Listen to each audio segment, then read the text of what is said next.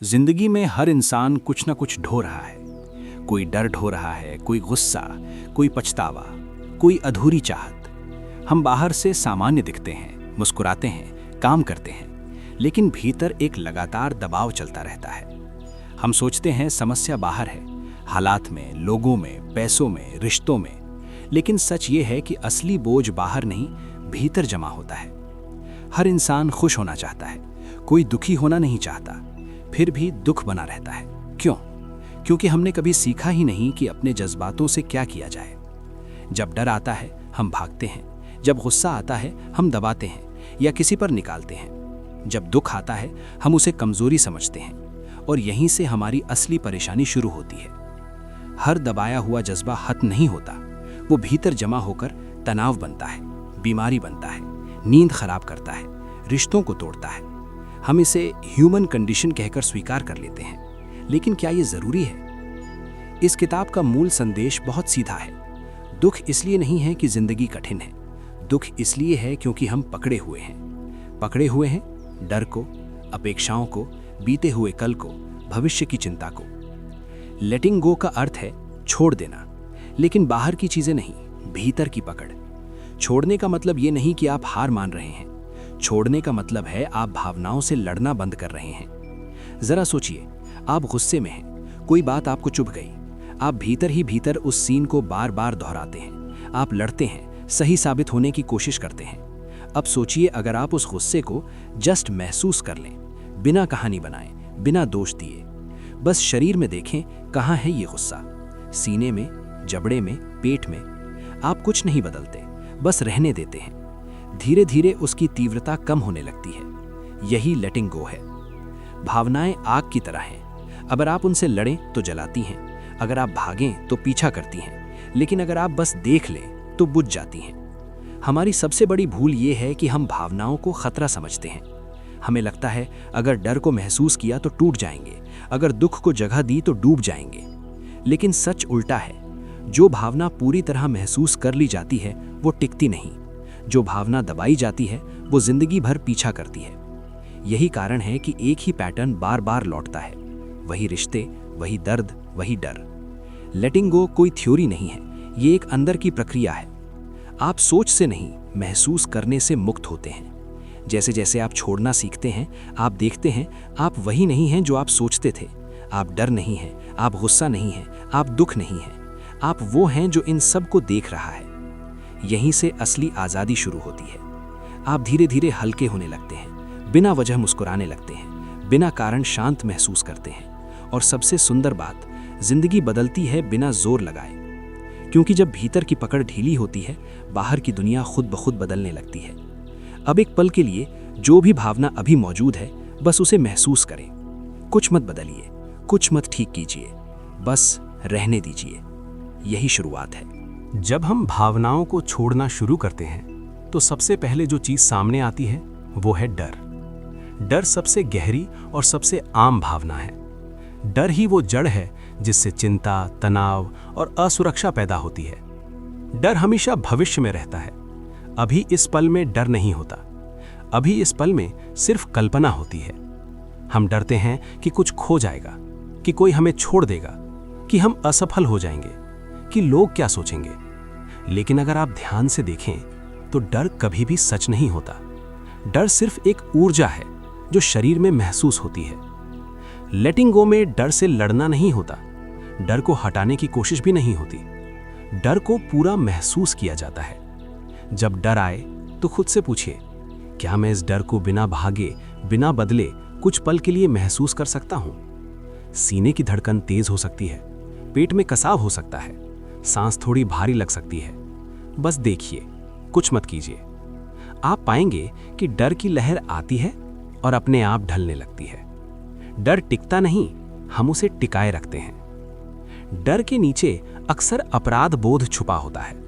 अपराध बोध हमें कहता है, तुम काफी अच्छे नहीं हो, तुम्हारी वजह से ये हुआ, तुम्हें सजा मिलनी चाहिए। अपराध बोध सबसे चुपचाप काम करने वाली भावना है।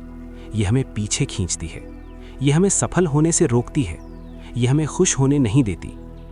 अक्सर लोग कहते हैं, मैं खुश नहीं हो सकता क्योंकि मैं इसके लायक नहीं हूं। ये अपराध बोध की आवाज है। अब सोचिए, अगर आप अपराध बोध को भी जस्ट महसूस कर लें, सीने में भारीपन, दिल में जकड़न, एक अजीब सी शर्म, कोई सफाई नहीं, कोई तर्क नहीं, कोई आत्मदंड नहीं, बस महसूस करना। जब अपराध बोध छोड़ा जाता है तो उसके नीचे स्वीकृति आने लगती है। आप खुद को थोड़ा ज्यादा मानवीय, थोड़ा ज्यादा दयालु महसूस करते हैं। फिर आती है इच्छा, डिजायर। इच्छा कहती है, जब ये मिल जाएगा तब मैं खुश हो जाऊंगा। पैसा, रिश्ता, पहचान, सम्मान। इच्छा अपने आप में गलत नहीं है, लेकिन उससे चिपकाव दुख पैदा करता है। जब इच्छा पूरी नहीं होती तो दुख होता है, जब पूरी होती है तो डर पैदा होता है कहीं छिन ना जाए। इसलिए इच्छा कभी तृप्ति नहीं देती। लेटिंग गो सिखाता है इच्छा को दबाना नहीं, इच्छा को समझना। जब कोई चाहत उठे तो देखें उसके पीछे क्या भावना है। अक्सर वो भावना होती है अपूर्णता, और जब आप उस अपूर्णता को महसूस करके छोड़ते हैं तो इच्छा ढीली पड़ जाती है। आप अब भी लक्ष्य की ओर बढ़ते हैं, लेकिन बोझ के बिना। यही फर्क है संघर्ष और सहजता में। अब बात करते हैं गुस्से की। गुस्सा अक्सर ताकत जैसा लगता है, लेकिन असल में गुस्सा कमजोरी से पैदा होता है। गुस्सा तब आता है जब हमारी अपेक्षाएं पूरी नहीं होती, जब हम नियंत्रण खोते हैं, जब हमें चोट लगती है।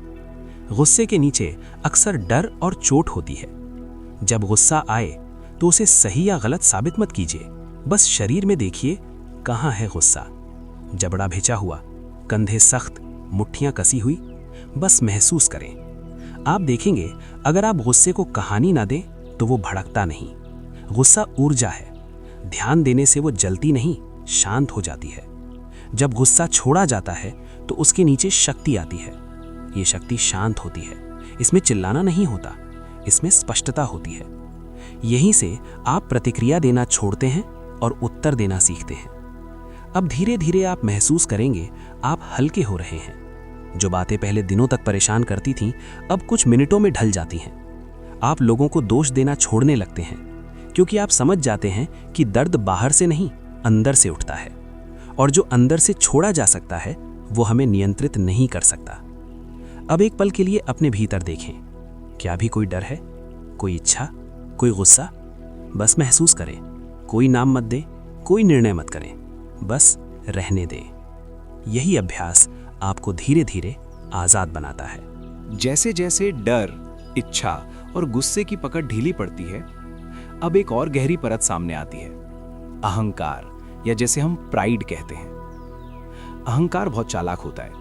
ये हमेशा खुद को सही साबित करना चाहता है। ये कहता है मैं दूसरों से बेहतर हूं, या फिर मैं दूसरों से कम हूं। ध्यान दीजिए, बेहतर और कम दोनों ही अहंकार हैं। अहंकार की सबसे बड़ी कमजोरी है आहत होना। थोड़ी सी आलोचना, थोड़ी सी अनदेखी और भीतर कुछ टूटने लगता है।